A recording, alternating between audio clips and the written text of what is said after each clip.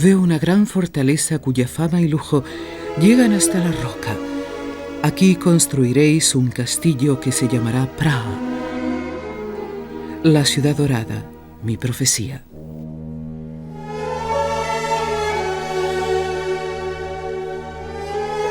Soy Libussa, la vidente, una leyenda, y soy la madre de Praga, pues vi la ciudad en toda su belleza mucho antes de que la construyeran. ¿Les gustaría acompañarme en un breve viaje a través de los tiempos?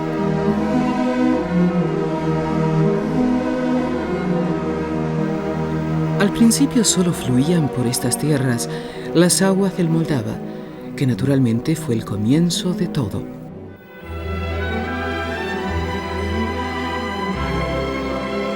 Aquí surgió hace 1000 años mi ciudad de Praga. A fuerza de ser honesta, debo decir que originalmente no era más que una modesta fortaleza, un escenario colateral de la historia, hasta que en el siglo XIV llegó quien haría de ella una metrópoli europea. Carlos IV, rey de Bohemia y emperador de Alemania, un visionario que lo planeó todo en gran estilo. Con él comienza la época dorada de Praga. Fue él quien trajo a los mejores arquitectos y les encomendó la tarea de ampliar la ciudad. Carlos IV fijó su residencia en el castillo de Hradčany, que pasó a ser el centro del Sacro Imperio.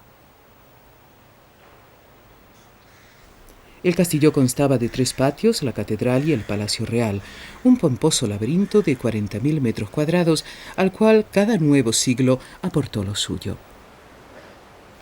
La catedral de San Vito, símbolo de la unión del poder eclesiástico e imperial. Se la debemos a Carlos IV. Para mí esta catedral es un lugar sagrado donde se coronaba a nuestros reyes. Por lo demás, hace las delicias de los amantes del arte, pues aquí la piedra parece desafiar a la fuerza de gravedad.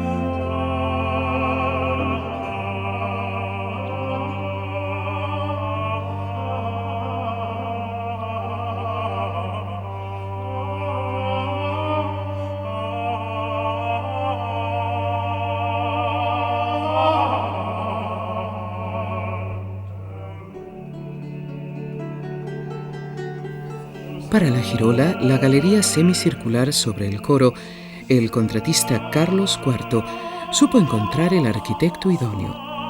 Cuando su monarca lo llama a Praga, Peta Parlar tiene apenas 23 años de edad.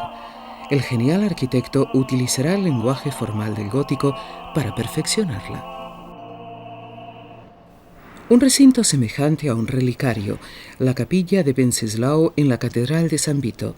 Peta Parlar se la dedicó a nuestro santo patrón nacional, al primer cristiano que ocupó el trono bohemio. El pobre Wenceslao, una de las tantas víctimas a lo largo de la historia de mi ciudad, murió asesinado por su hermano Boleslao I. Con sus fachadas barrocas y renacentistas, la calle Nerudova, que va desde el Hradčany hasta el Puente de Carlos, es una verdadera joya arquitectónica. Los emblemas de los edificios recuerdan la época en que las calles del mundo aún no estaban sujetas a un estricto orden numérico. Nombres como el Rayo de Rueda Roto o el Cisne son mucho más apropiados para estas casas que cuentan historias.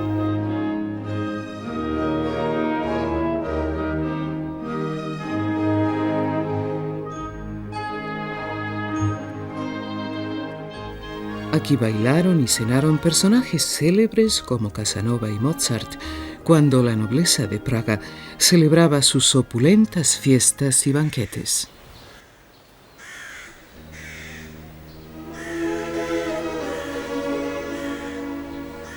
En toda ciudad hay un lugar donde se refleja el alma local. En Praga, para mí, ese lugar es el puente del emperador Carlos. Toda una puesta en escena del sentimiento barroco de la vida, con su pétrea galería de santos auténticos y falsos, cada uno de ellos con su leyenda.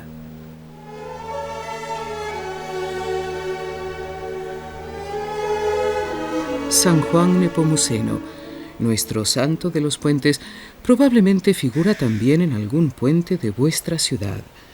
Aquí en Praga su rey lo arrojó al Moldava por haberse negado a revelar el secreto de la confesión de la reina.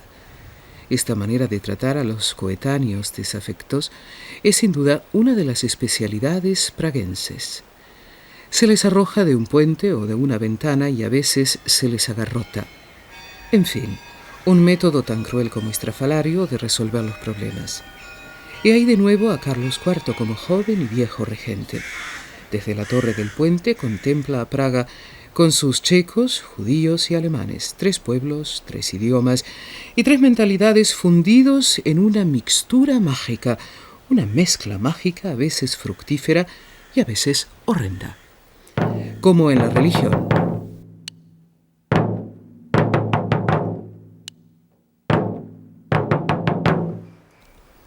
Juan Hus, un fundamentalista que desempeña un papel protagónico en la renovación religiosa y nacional de Bohemia.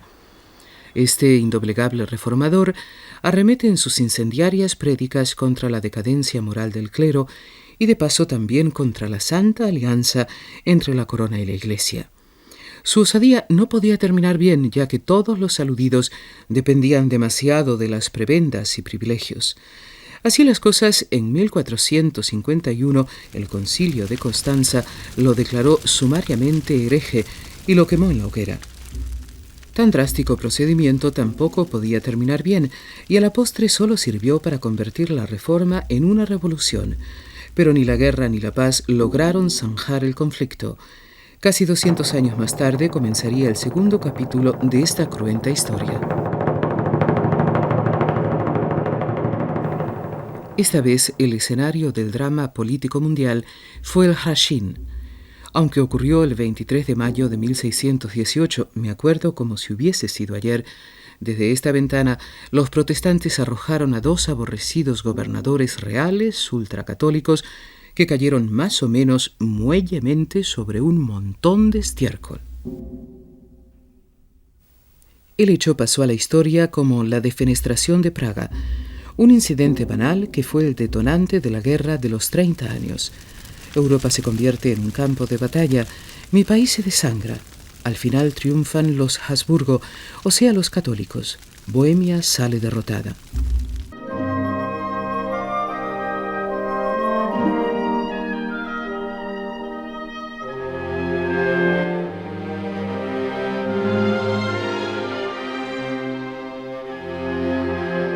Para la severa época posterior a la Guerra de los 30 años, hemos acuñado un nombre, Doba Temna, tiempo de la oscuridad.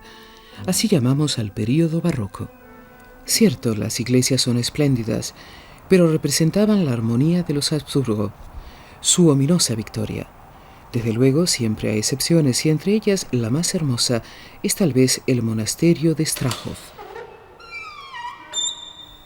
Pues se diría que con esta obra la sabiduría se levantó una casa a sí misma. Desde su fundación en el siglo XII, el monasterio alberga una biblioteca sin parangón en el mundo.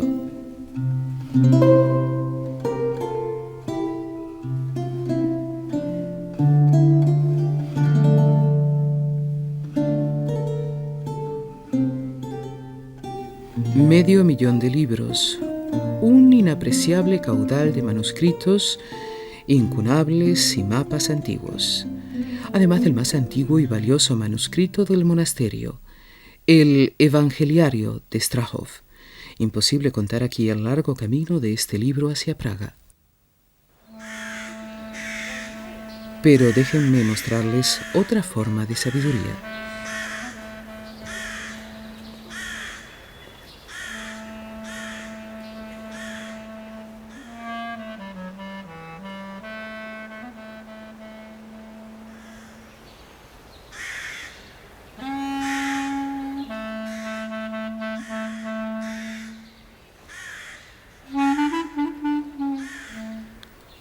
En el antiguo cementerio judío, la sabiduría de la palabra se transmutó en la sabiduría de las piedras.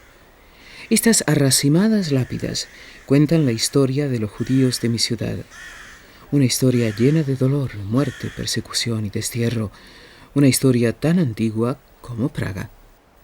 Tal vez haya aquí unas 150.000 tumbas. Muchas de ellas, carcomidas e inclinadas, parecen brotar de la tierra. En el gueto escaseaba el espacio.